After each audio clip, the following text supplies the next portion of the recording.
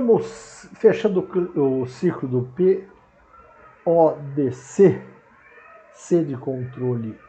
Hoje é o nosso tema. E é isso, planejar, organizar, dirigir, né? Isso precisa ter um controle para saber se o que foi planejado está sendo a organização está sendo hábil para executar o planejamento, está sendo feito a direção correta, né?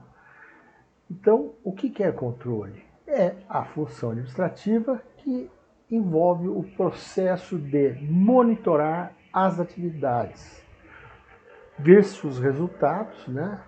Comparar com o que foi planejado, os objetivos, né? E se houver discrepância, isso é, não está correto, né?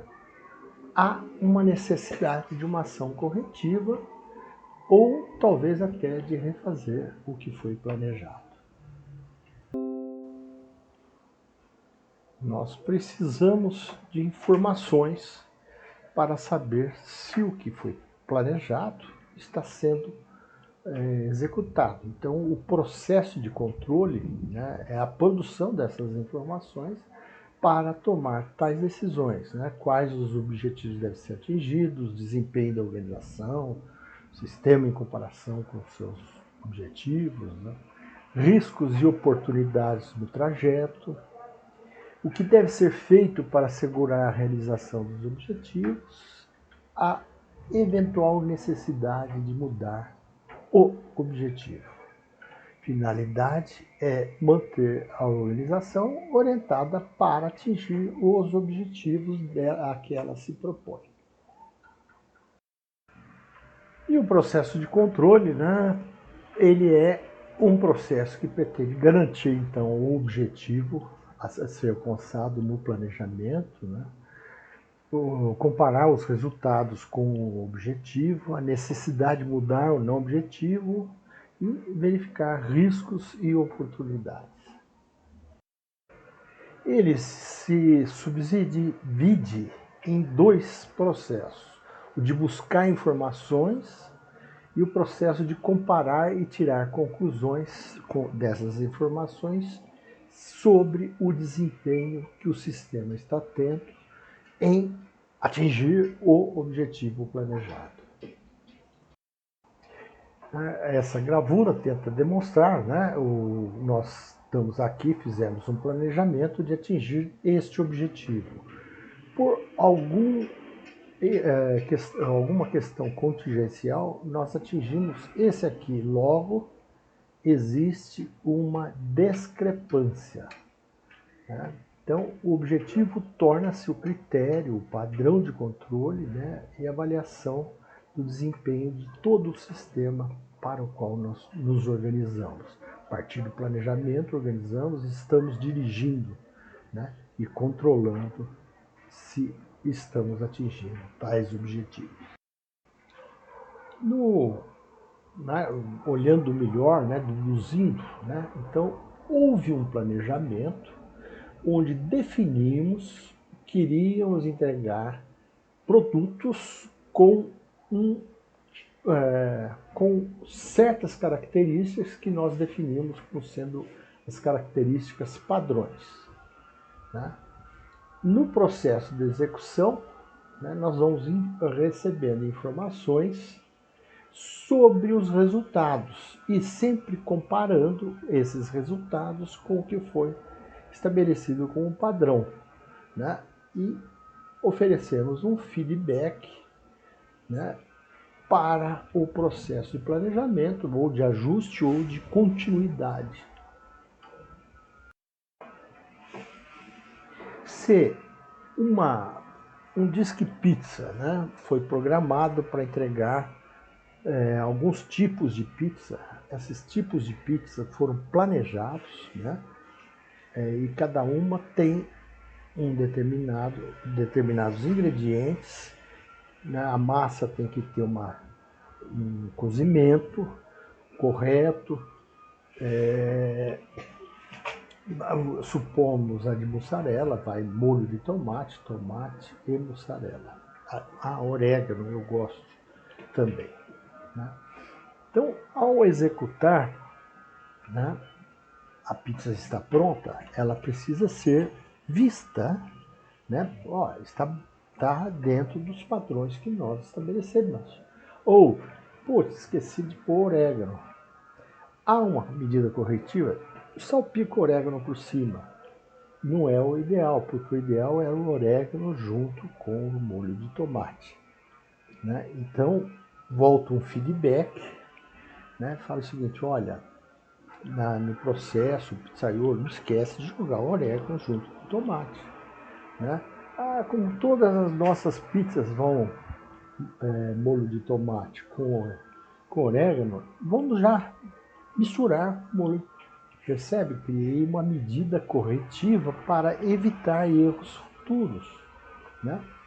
Isso é empregado para todo tipo de processo produtivo ou de produção de serviços ou produtos ou produtos com serviços, né? Então vamos lá. O que é um padrão? Ora, os padrões de controle eles foram extraídos diretamente dos objetivos, né? Quais eram os nossos objetivos? Nossos objetivos era atingir tais resultados.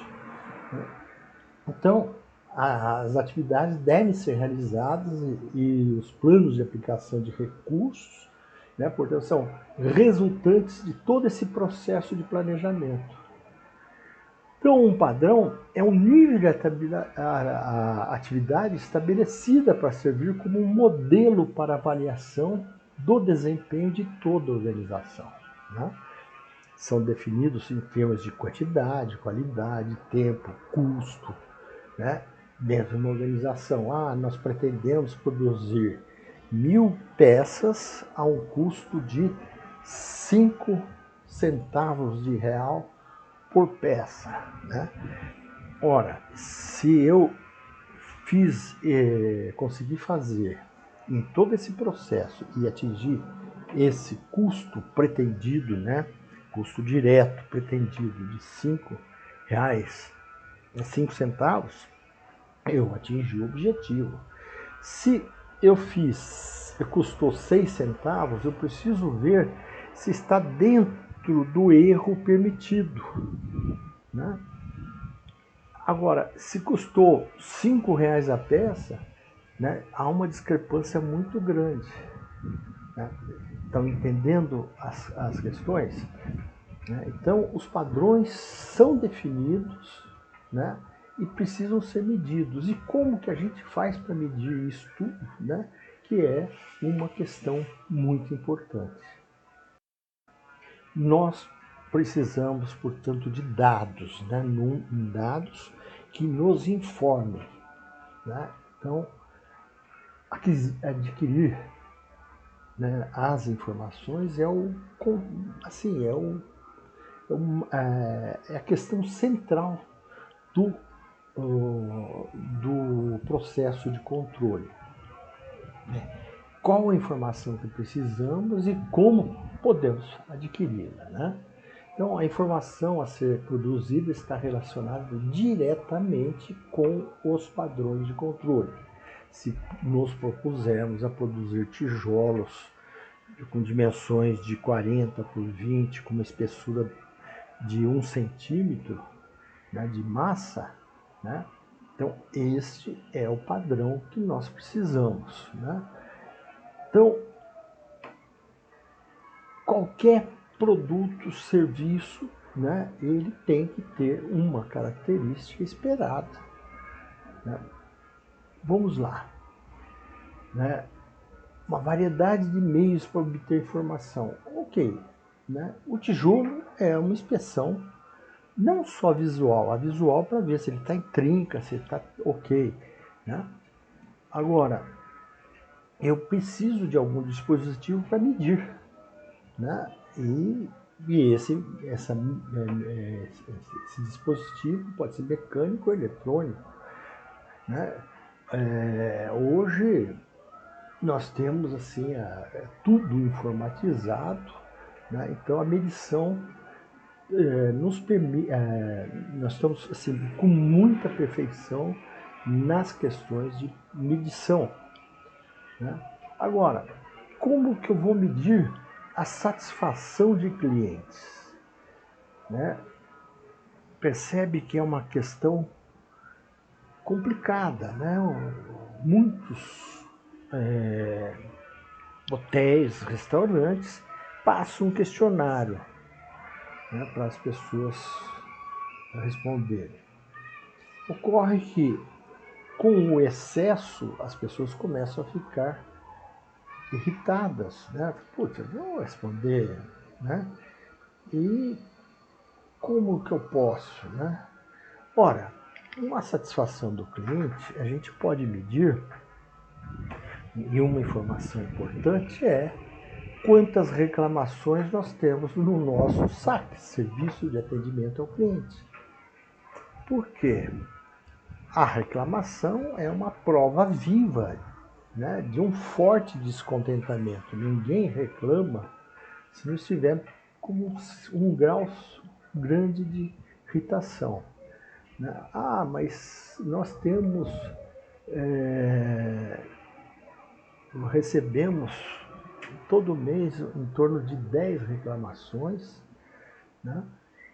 E no nosso hotel, mas por aqui passam por mês 1.000 pessoas, mil, mil reservas, né, 1.000 famílias ou 1.000 pessoas individuais, apenas 10 por mês. Ora, está aí uma medida, 1% de clientes descontentes, né? Esses clientes descontentes, se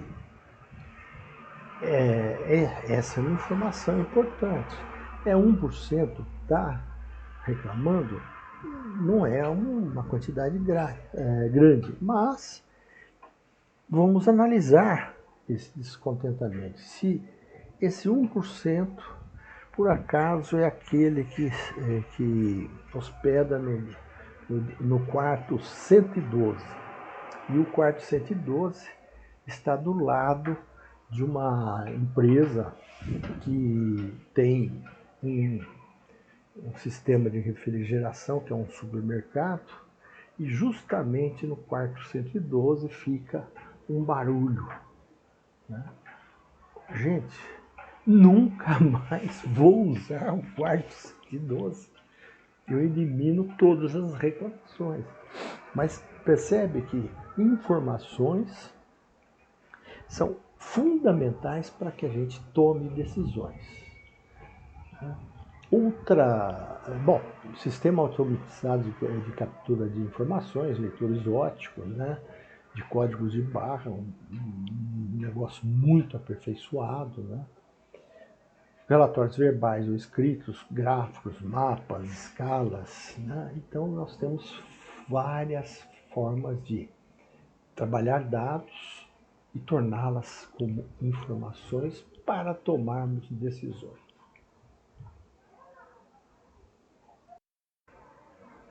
Em que momento nós devemos obter as informações?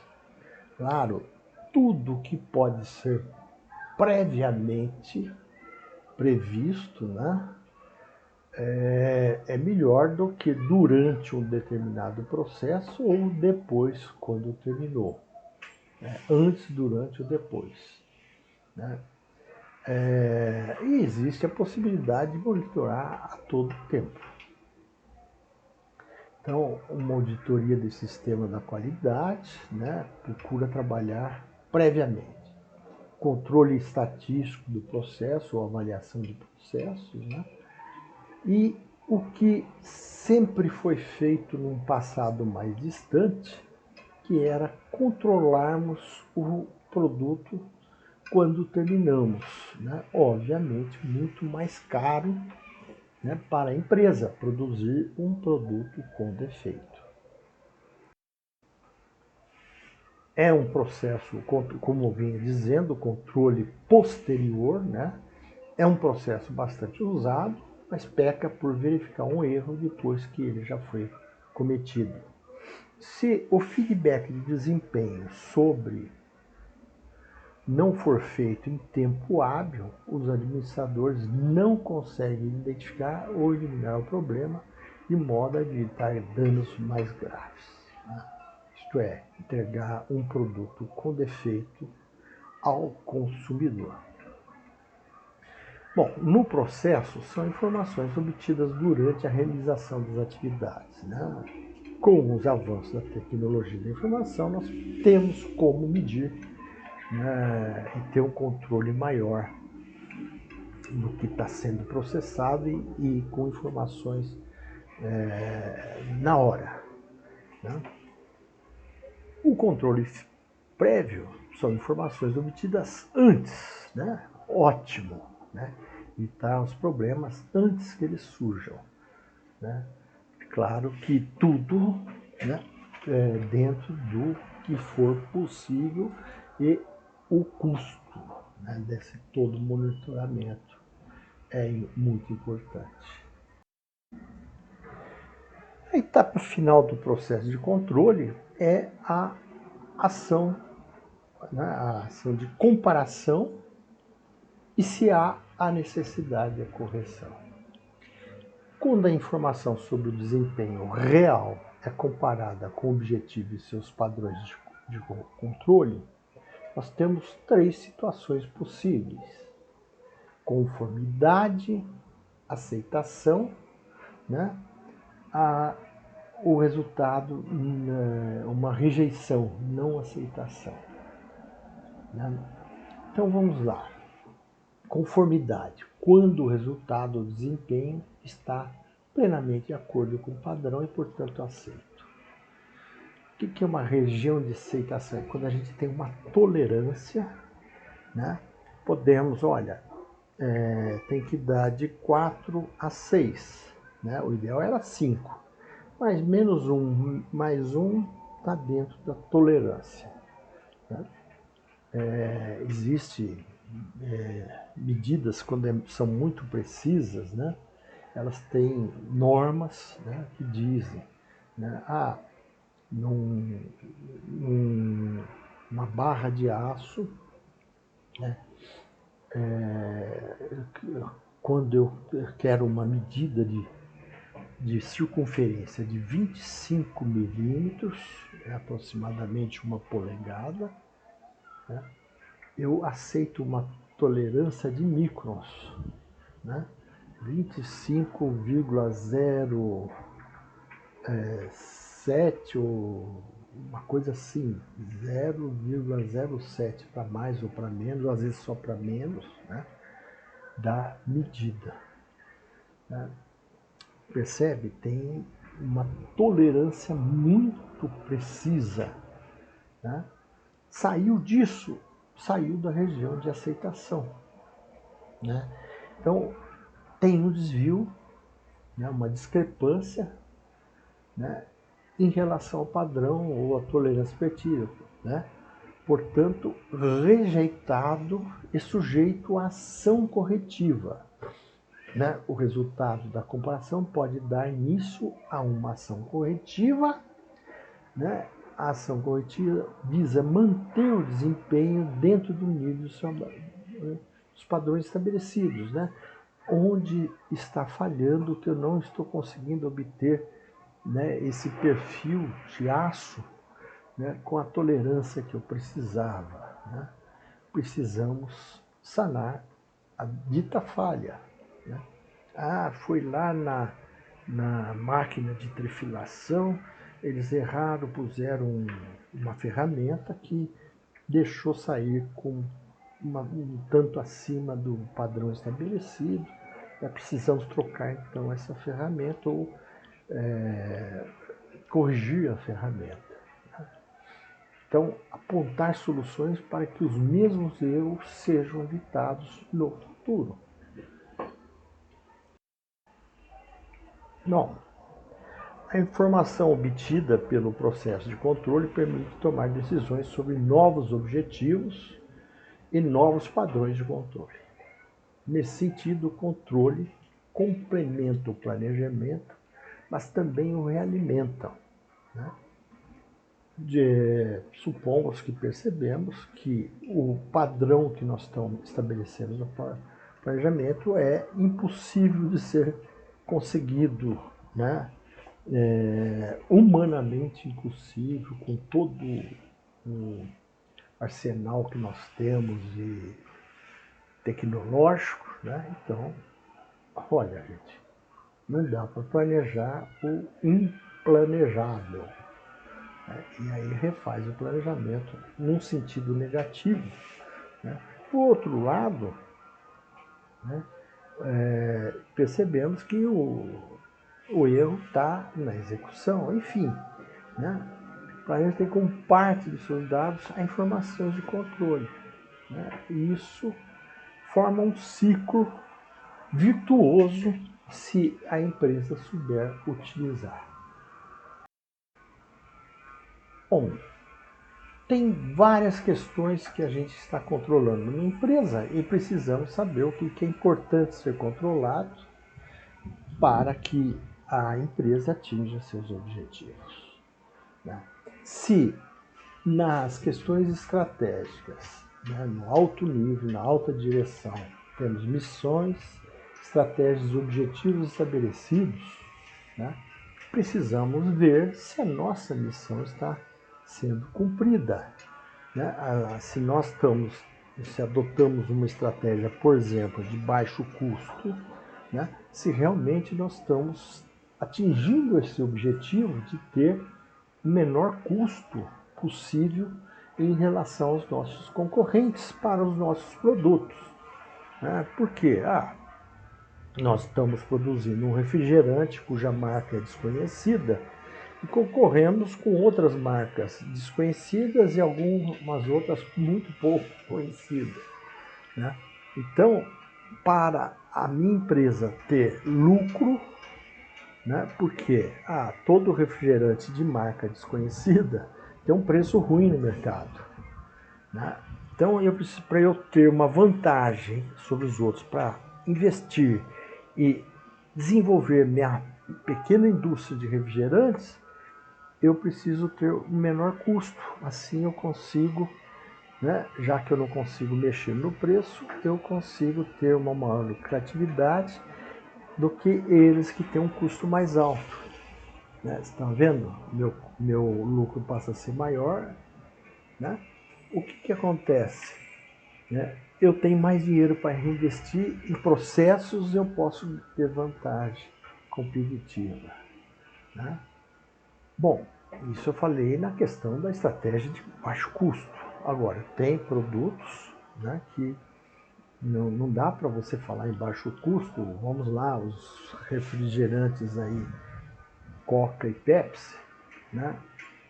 Eles precisam, o preço para eles não é tão importante porque a preferência pelos seus refrigerantes sempre ocorre em relação aos outros.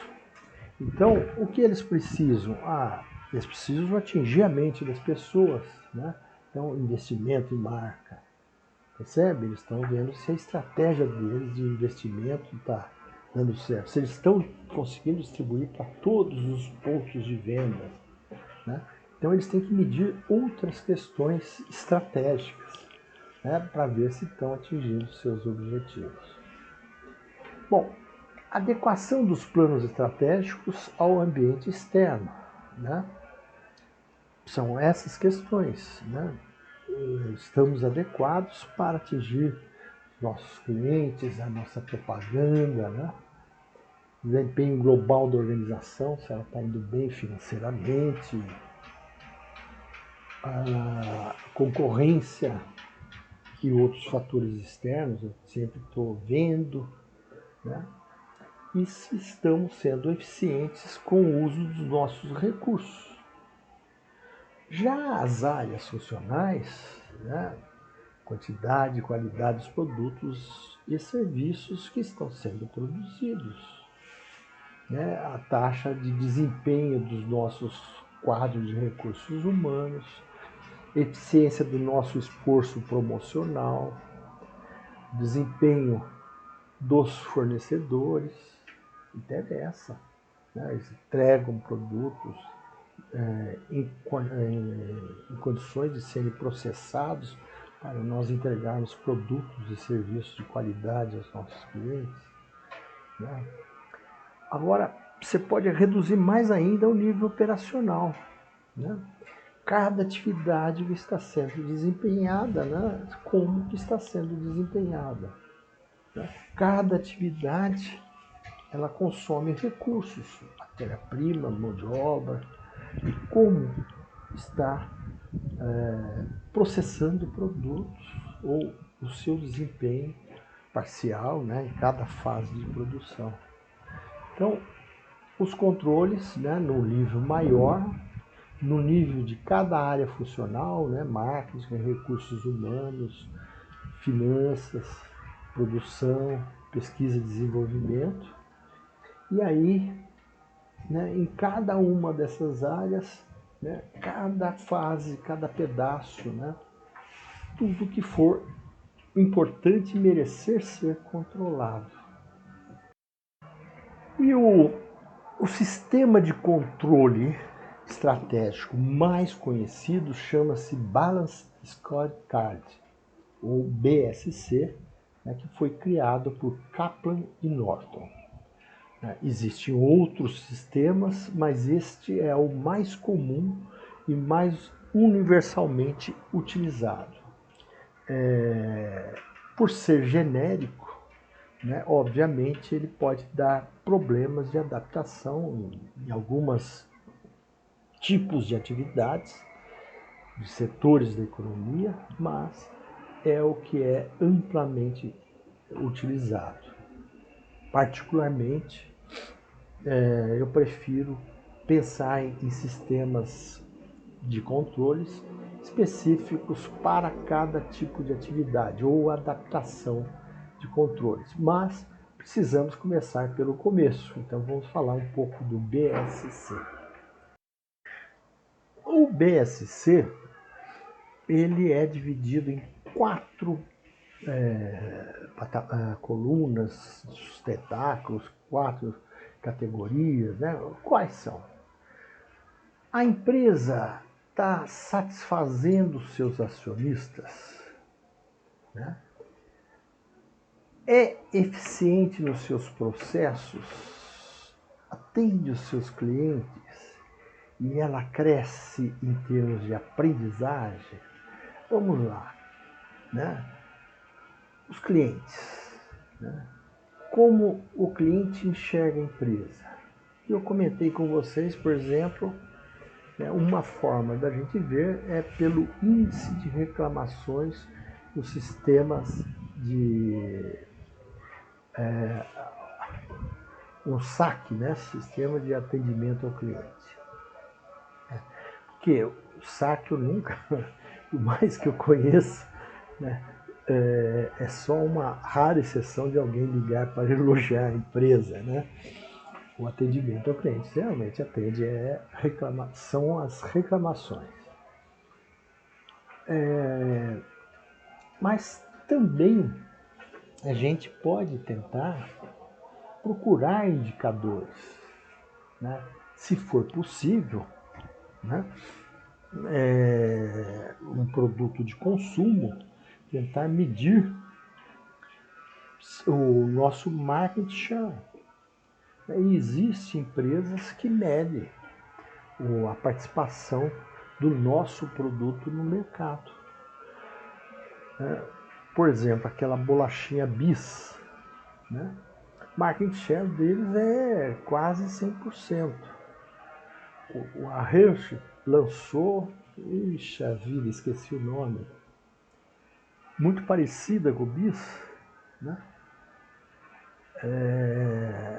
E começou a rabiscar um market share ali de 1, 2, 3%, parece. Alertou o pessoal da Nestlé. A Nestlé que faz o Bis, se for, alertou os fabricantes do Bis, né? Market share é medido.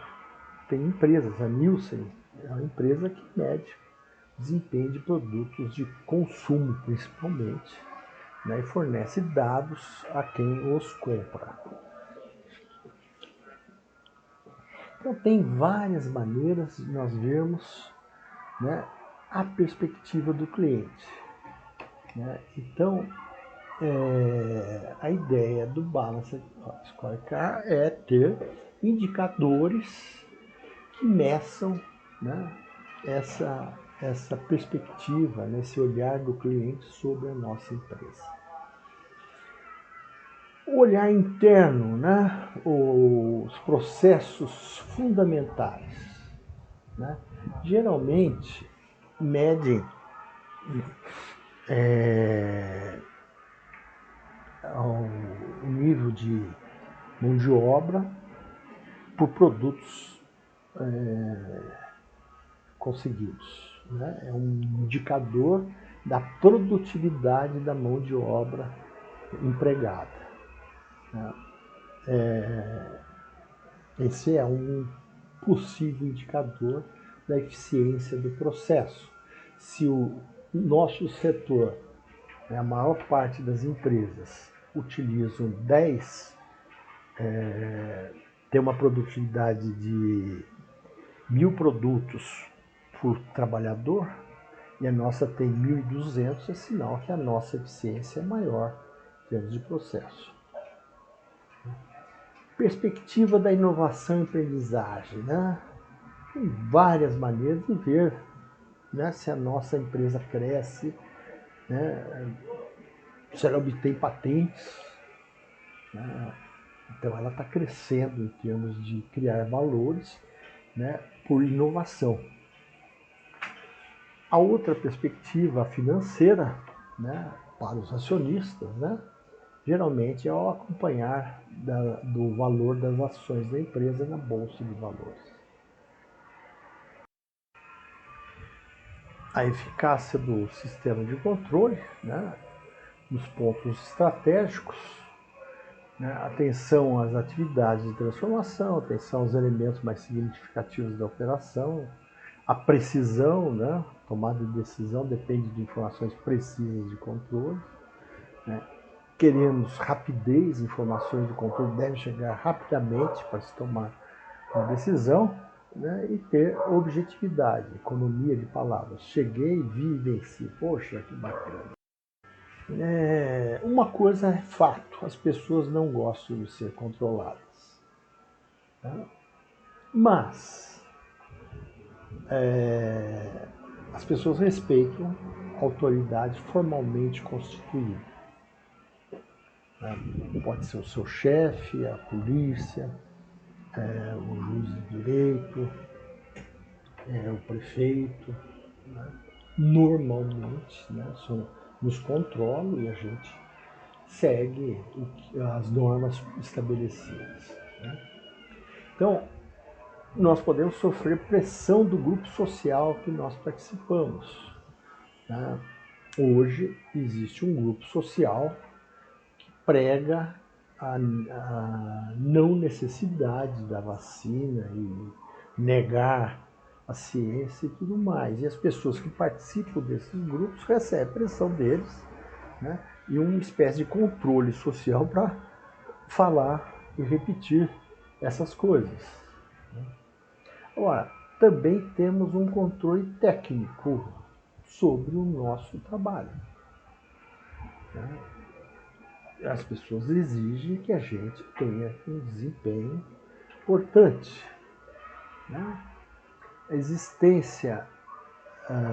resistência aos sistemas de controle, né, provocado pelo sentimento de perda de liberdade. Né? Quando você recebe uma pressão social, um controle formal, um controle técnico, você se sente preso a atender, né, isso que está sendo exigido. Né? A principal finalidade, né, a avaliação de desempenho é um feedback sobre o nosso desempenho. Bom, a técnica de controle de pessoas mais alinhadas com a administração moderna seria o que eles chamam de autocontrole, pessoas que se autocontrolam sobre todas essas questões levantadas.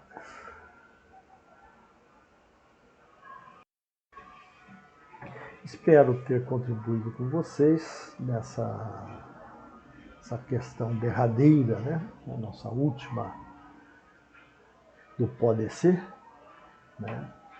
E até a nossa próxima aula.